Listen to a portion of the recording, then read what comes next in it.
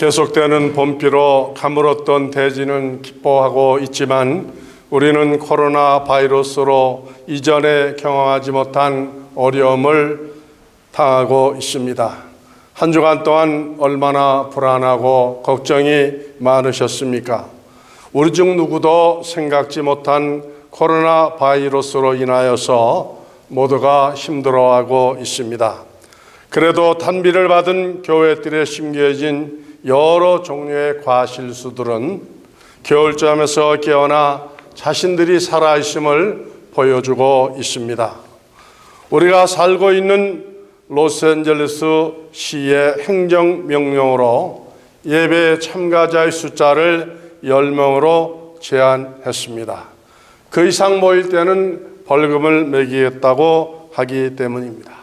그래서 오늘 유튜브 방송, TV 설교를 위한 최소한의 인원만 예배에 참석하고 있어서 허전함을 많이 느끼고 있습니다. 이 시간 비록 교회에 나오지는 못하셨지만 가정에서 이 예배를 동참하시길 원하고 또 설교로 함께 하시길 기다리시고 계시는 여러분 모두에게도 하늘의 위로와 은사, 회복과 건강, 가정과 생업, 그 다음에 여러분들의 자손과 교회 복으로 함께 하시기를 주님의 이름으로 축복합니다. 이 시간 은혜 받을 말씀은 디모데전서 4장 6절의 말씀을 중심하여서 그리스도 예수의 선한 일꾼이 달아가는 말씀입니다.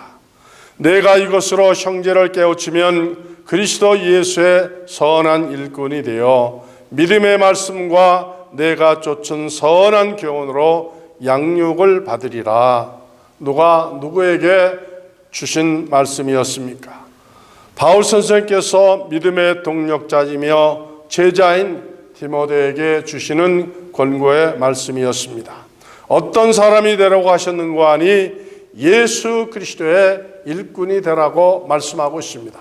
그것도 평범한 일꾼이 아니라 어떤 일꾼이 되라고 말씀하는고 하니 좋은 일꾼이 되라고 말씀하고 있습니다.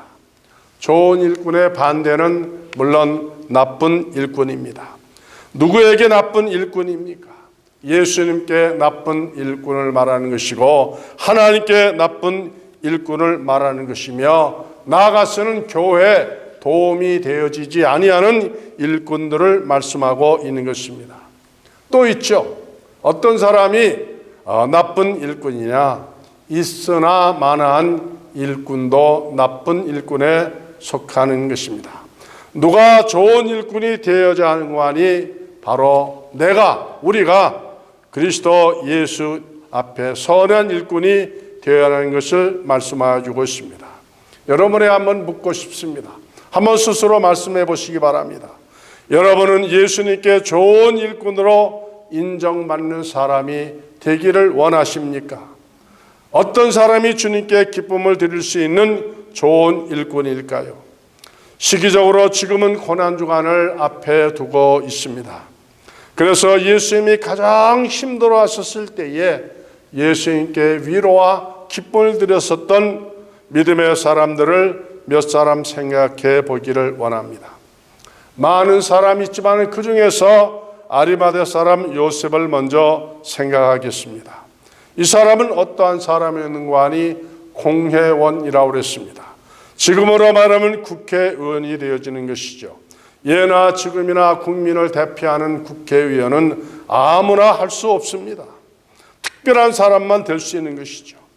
예수님 당시 이스라엘의 그 공회의원, 사람들이 공회의원은 70명입니다.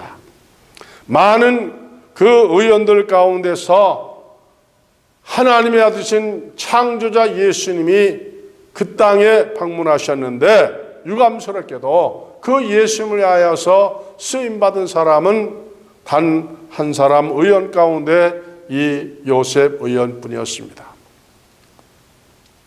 모두가 몸을 사리고 있었지만 요셉은 그렇지 않았습니다.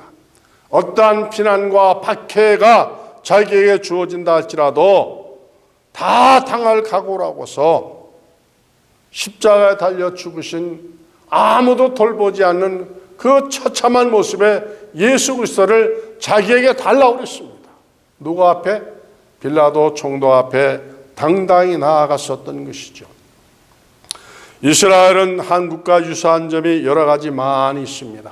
외세 침략을 받은 것이 그러하죠. 예수님 당시 이스라엘은 로마에게 정복당해서 나라를 빼앗겼습니다. 그래서 당시 누가 그 땅을 다스리고 있었는 거 아니? 로마에서 파송받은 총독이 빌라도가 통치했습니다.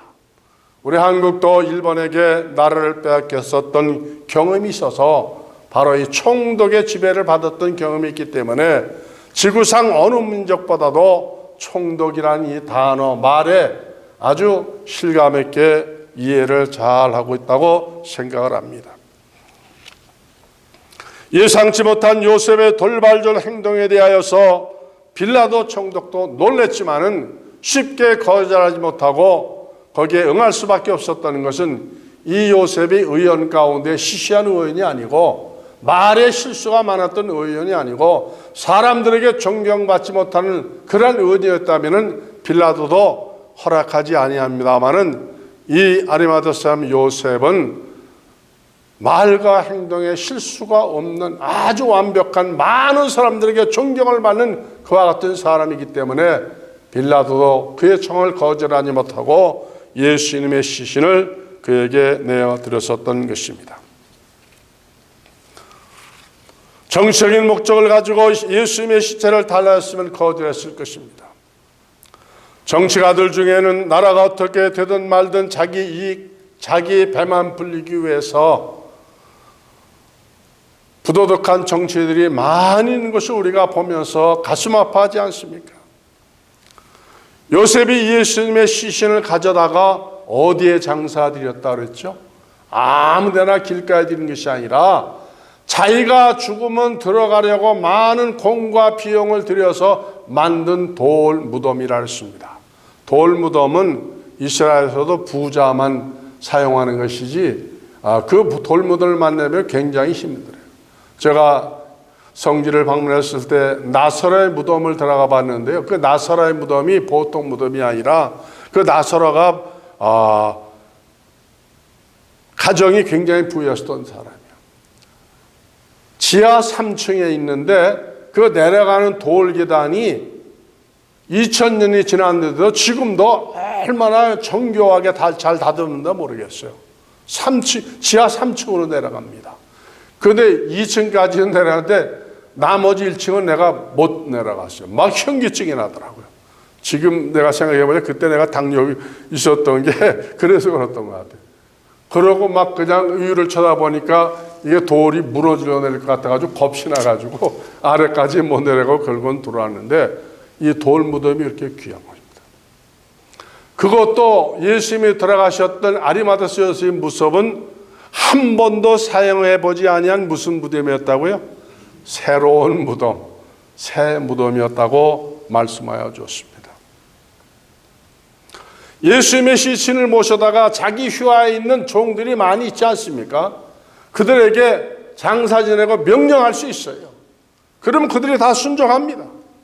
그런데 이 사람은 그렇게 하지 아니하고 자기 스스로 아주 참 정성을 다하여서 장사를 지내 드렸었던 것입니다. 많은 사람들이 예수님이 십자가에서 운명하시고 나서 다 떠나갔어요. 왜? 더 이상 예수님께 얻을 것이 없으니까, 바랄 것이 없으니까, 기댈 것이 없으니까 이제는 끝난 줄 알았어요. 그래서 모두가 다 떠나갔지만은 그러나 아리마대 사람 요셉은 살아있는 예수님을 위해서는 봉사하지 못했지만은 죽은 예수님을 향해서 봉사했다고 하는 것은 이것은 참으로 굉장히 우리가 어려운 것이고 힘든 것입니다마는 그 일을 감당했습니다. 예수님을 위해서 일한 선한 일꾼이 또 있죠. 요한복음 19장 39절에 보면은 일찍 예수께 밤에 나왔던 니고데모도 모략과 침향 섞은 것을 얼마나 가지고 왔는가 하니 100근을 가져왔다 그랬습니다. 보통 장사지려면 한 근만 가져도 충분한 거죠. 온몸에 뿌려주는 것. 그런데 이 니고데모는 얼마나 가져왔다고요? 100근. 그것도 아주 고가의 진귀한 그러한 향유를 100근을 가져왔다 그랬습니다. 니고데모는 유대인 관원이었습니다. 고급 공무원이라는 말이죠. 그가 낮에 예수님을 만나지 않고 밤에 첫 번째 찾았었던 것은 사람들의 눈을 피하기 위해서였습니다. 자신의 신분이 들통나는 것을 부담을 느꼈기 때문입니다. 그런 니고데모를 향하여 예수님이 말씀하셨습니다. 진실로 진실로 내게 이르노니 사람이 거듭나지 아니하면은 하나님의 나라를 볼 수 없느니라. 하나님의 나라가 있죠. 믿습니까? 천국이 있습니다. 오늘도 많은 사람들이 보이지 않는 이 바이러스에 대해서는 공포를 느끼면서도 살아계신 하나님에 대해서는 더 멀리 생각하는 사람들이, 어리석은 사람들이죠. 하나님의 나라를 볼 수 없다 그랬습니다. 볼 수 없을 뿐만 아니라 들어가지도 못하는 거죠. 보는 사람, 믿는 사람만 들어가는 건데. 그 말을 들었던 이 니고데모도 생각 깊은 사람이기 때문에 예수님 앞에 그렇게 말하지 않습니까? 나는 성년인데 다 컸는데 어떻게 어머니의 모태 속에 이 몸을 가지고 내가 어떻게 들어갔다가 나올 수가 있습니까? 그때 예수님께서 뭐라고 말씀하셨어요? 그것은 육신으로 영적으로 온 나라. 무엇으로 나라고? 물과 성령으로 태어나지 아니하면은 거듭나지 않으면은 하나님 나라에 들어갈 수가 없다. 이렇게 말씀하여 주었습니다.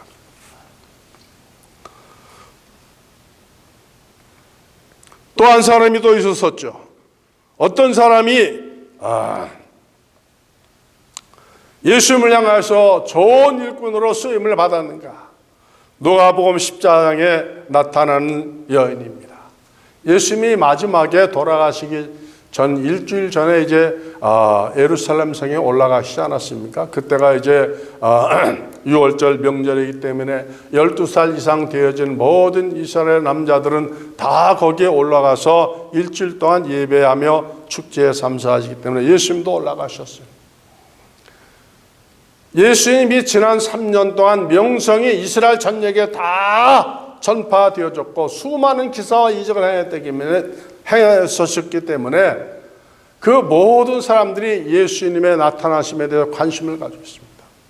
그런데 그 일주일 동안 예루살렘에서 그 많은 부자들과 유명한 사람들이 예수님을 모셔다가 자기 집에서 머물게 하거나 식사를 대접한 일이 없었습니다.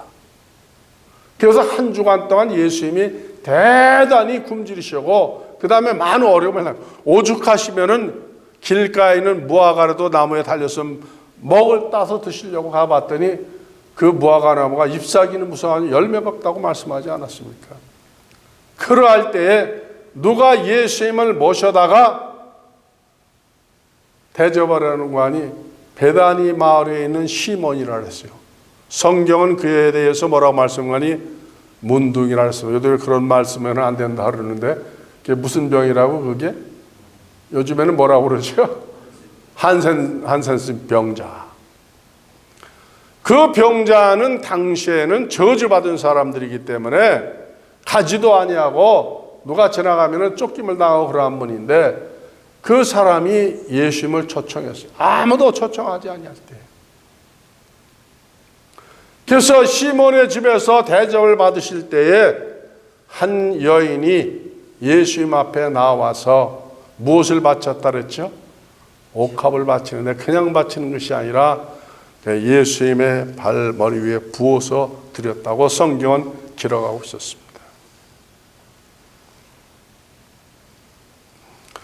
그 향유의 값이 순전한 나드로서 300데나리온에 되어지는 것이라 그랬습니다. 나드라고 하는 것은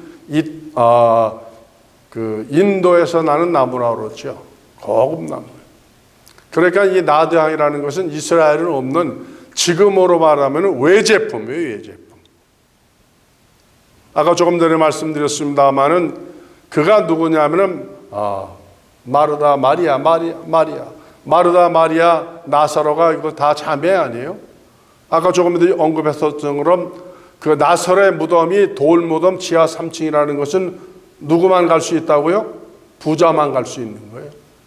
그러니까 여인이 300대나 되어지는 이 향을 소유할 수 있었던 그 집안이 가난한 집안이에요. 부모가 없었지만은 마르다가 예수님 일행을 제일 많이 대접하지 않았습니까? 예수님을 대접하면 혼자만 대접하는 게 기본적으로 12명이 따라오고, 그 다음에 그 주변에 따라오는 사람들이 수백 명인데, 그분들을 그럼 다 제껴놓고 요 12제자만 대접을 합니까? 마르다가. 그 집에는 뭐가 많았어요? 재산이 많았던 거예요. 그리고 음식 대접할 게 항상 많이 있어요. 부담 갖지 않고 예수님 언제나 그 집에 들어가서 식사할 수 있었던 거예요. 이 마르다가 그렇게 귀한 거, 보통 사람은 그렇게 살 수도 없고 구할 수도 없는 거죠. 얼마나 소중하게 였던 것인데 그것을 자기를 위해서 쓰지 않냐고 예수님을 위해서 드렸습니다. 그랬더니 난리가 났죠. 왜? 다 아는 거예요. 저게 얼마나 비싼 걸 아니까. 제자 가운데 한 사람이 막 야단을 치는 거죠. 이거를 팔아가지고 다른 일을 해갔으면 얼마나 유혹했을 터인데. 그러면서 꾸짖었더니 예수님께서 뭐라고 말해요? 책망하지 말아라. 저 여자가 나에게 좋은 일을 했다 그랬습니다. 무슨 일을 했다? 내 장사를 예비했다. 그때까지라도 이제 3, 4일이면 예수님이 돌아가실 때 제자들은 그 말을 몰랐던 거예요. 예수님이 죽는다는 상상지도 못하고 영원히 주님이 계실 줄 알았던 것이죠. 그러면서 예수님이 뭐라고 말씀하시는 거 아니? 저 여인이 나에게 행한 그 일이 복음에 증거하는 곳곳마다 세상 끝날까지 증거되리라고 말씀하여 주고 있지 않습니까?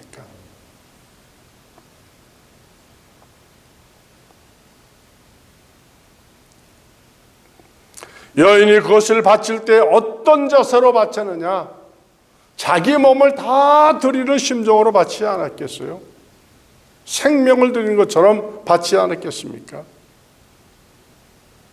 그렇게 귀한 것을 바칠 수 있었던 것은 주님을 못했기 때문에, 사랑했기 때문이죠. 관심이었으면 안 되는 겁니다. 안 되는 거예요. 우리가 선물을 주고받을 때도 그렇지 않습니까? 관심 있는 사람에게는 우리가 주고 싶은 마음도 없고 줄 수도 없어요.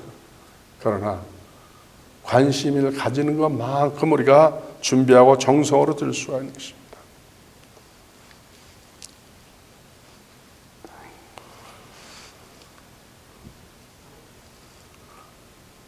예수님이 아리마다 사람 요셉의 희생을 기억하시고 받으신 것을 믿으시며 아멘 하시기 바랍니다.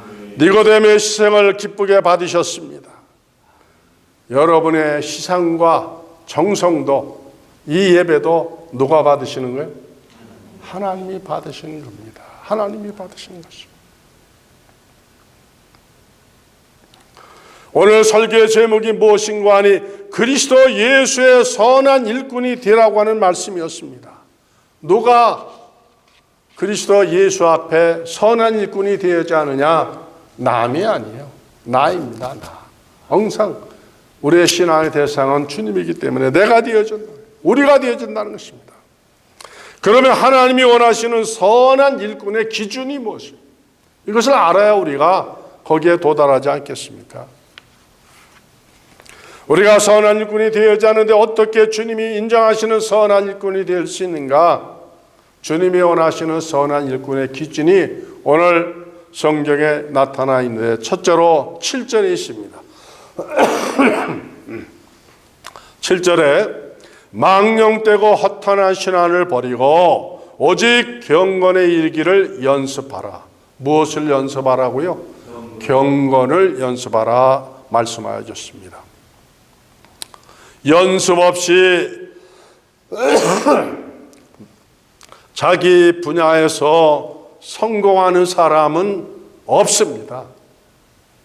얼마 전에 헬리콥터 사고로 우리 모두가 다 참 귀하게 여겼던 미국의 농구 선수 코비, 아주 전설적인 선수인데 그 코비의 일화에 대해서 사고 난 이후에 많은 기사가 나서 저도 그 기사를 읽는 가운데 코비가 어떻게 그렇게 참 위대한 선수가 되어주시는가를 제가 알 수 있었습니다. 대부분의 많은 사람들이 감독이나 코치가 있을 때는 죽기 살기로 연습을 하다가도 그 지시하는 사람이 없으면은 다 뒤로 자빠지고 쉬고 뭐 먹을 거 다 먹고 그런다는 거예요. 그런데 코비는 그러지 않았다습니다. 코비는 감독이 있든지 없든지 운동장에 있든지 집에 있든지 쉬지 않냐고 언제든지 연습을 했다는 거예요. 아주 연습 지독한 벌레였답니다. 그래서 코비가 그 3점 슛 쏘면은 그렇게 많이 들어갔지 않았어요. 그거 나는 뭐 저절로 들어간 줄 알았는데 그거 3점 슛짜리 성공하기 위해서 수십만 번을 이걸 한 거예요. 남이 보던 안 보던 그냥 뭐 아주 참 그렇게 매섭게 연습을 했다 그랬습니다. 경기 있는 날만 아니라 없는 날, 쉬는 날에도 휴가 때에도 그는 계속 연습했다는 거예요. 그러니까 그런 경지에 올라갈 수 있는 것이 아니겠습니까? 연습은 운동 경기에만 필요한 것이 아닙니다. 찬송도 자주 부르지 않으면 못 부르는 거예요. 네? 찬송. 기도도 다르지 않습니다. 예배도 마찬가지예요. 부엌에서 봉사하는 것도 달라요. 다른 사람들이 와서 부엌에 들어가 일하려면은 뭐 숟가락 찾는데도 시간이 다른 사람, 일하는 사람보다 3배, 4배 걸리고 접시 하나 꺼내오는데도 그냥 더 흘리는 게 더 많아. 그래서 부엌에서 일하시는 분들이 뭐라 그래요? 아이고 들어오시지 말라고. 여기 들어오지 말라고. 우리가 하겠다고. 힘들어도 우리가 하겠다는 거예요. 왜? 남이 와서 그냥 그 뒤집어 놓으면은 치는데 더 어렵대, 더 힘들대. 그 부엌에 음식하는 것도 훈련. 이게 잘 된 사람이 하는 겁니다. 믿음도 하루아침에 큰 믿음의 사람이 되는 것이 아닙니다. 반복되는 훈련과 그 다음에 연단을 통하여서 되어지는 것인데 여기에 뭐라고 말하는 거니? 경건의 연습을 알았습니다. 경건의 연습. 육체의 연습은 약간의 유익이 있지만 경건의 연습은 약간의 유익이 아니라 영원한 유익이 있는 거예요. 영원한 유익이. 영생으로 지기 때문에. 두 번째로 우리가 무엇을 어떻게 예수 그리스도의 선한 일꾼이 될 수 있는가? 12절에 이렇게 기록하고 있죠. 12절. 누구든지 내 연소함을 이 말은 나이가 어린 것을 업신여기지 못하게 하자. 오직 말과 행실과 사랑과 믿음과 정절에 대하여 믿는 자에게 본이 되라 했습니다. 누구에게 본이 되어주는 관이 바로 이 교회에서. 디모데는 아마 나이가 젊어서 목회를 했었던 모양이죠. 교회 안에 자기보다 나이 드신 분들이 많이 있었던가 봅니다.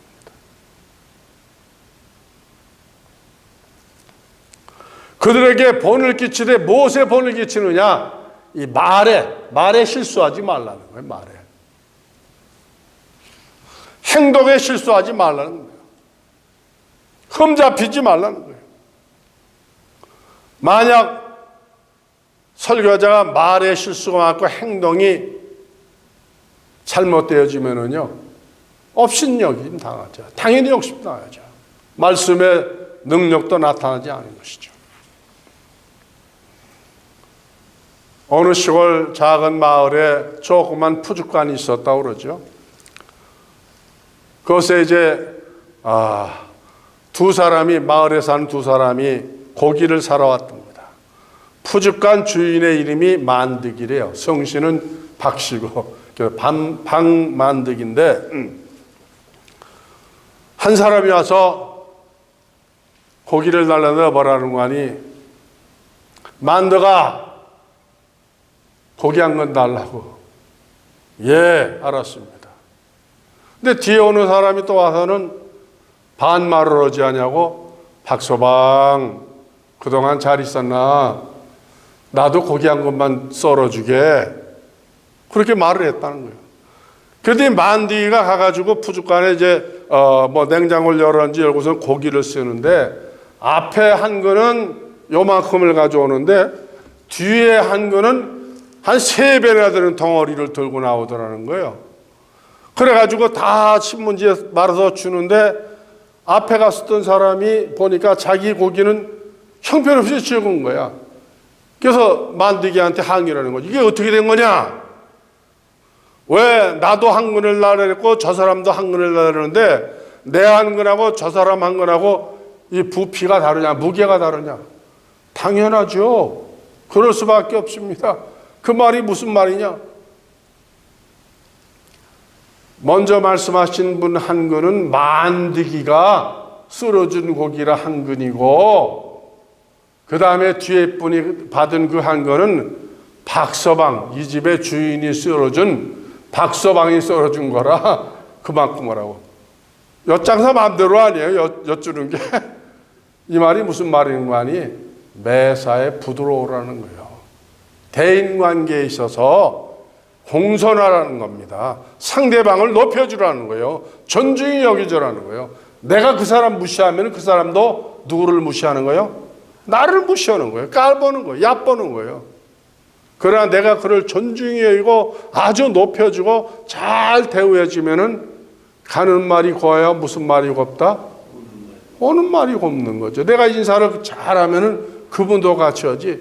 인사할 때 그만하기라면은 2번 다시 나에게 누가 와서 엎드리겠습니까? No. 안 합니다. 안 하는 거예요. 이거를 우리에게 말씀하는 겁니다. 그리스도의 선한 일꾼이라는 것은 우리가 예수님의 사람, 예수님의 제자가 되어졌으면은 만득이라고 이렇게 말하는 것이 아니라 박서방이라고 부를 수 있어야 되는 거예요. 그래야 내 뒤에 계신 예수님이 높임을 받으시고 하나님의 이름이 영광을 받으시는 것이지, 우리가 잘못하면은 누가 욕을 먹는 거예요? 예수님이 욕 잡수는 거예요. 교회가 욕을 먹는 겁니다. 그래서 2가지로 오늘 말씀하였는데, 경건의 연습을 지금보다 더 매진하시고, 그 다음에 우리의 말과 언행에 대하여서 믿음의 사람으로서 주변 가까운 사람들에게 본을 끼치시고 환영받고 박수받으시는 그런 사람으로 태어날 때에 하나님이 인정하시는 교회의 착한 일꾼이 될 줄로 믿습니다. 기도하겠습니다.